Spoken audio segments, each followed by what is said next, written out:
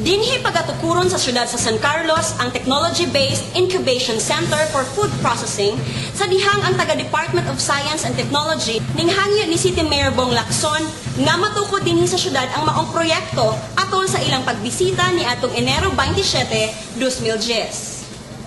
Ang maong proyekto agi og tubag sa DOST sa San Carlos. Ang syudad mohatag lang og lugar para sa nasangpit nga proyekto. Nahimo ang maong proyekto pinaagi sa Comprehensive Livelihood and Emergency Employment Program o kon CLEEP sa national government. Ang tuyo sa DOST mao ang paghatag og dugang pangabuhian sa mga gagmayng negosyante pinaagi sa pagtukod og technology-based incubation centers for food processing ug mauusab ni ang mahimo nga training center para sa mga interesado nga makakat-on kabahin sa food processing. Matod pa ni Raymond Hepetulan, CLDO manager, nga duda na sila'y napili nga lugar para tukuran sa nahisgutan nga proyekto didto sa nabakante nga bloke sa public terminal.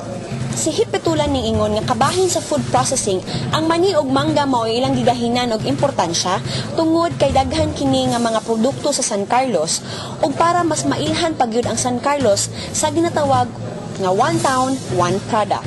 Dugang panhipetulan, dili lamang mani ug mangga, daghan pa unya nga mga produkto ang itudlo para sa food processing.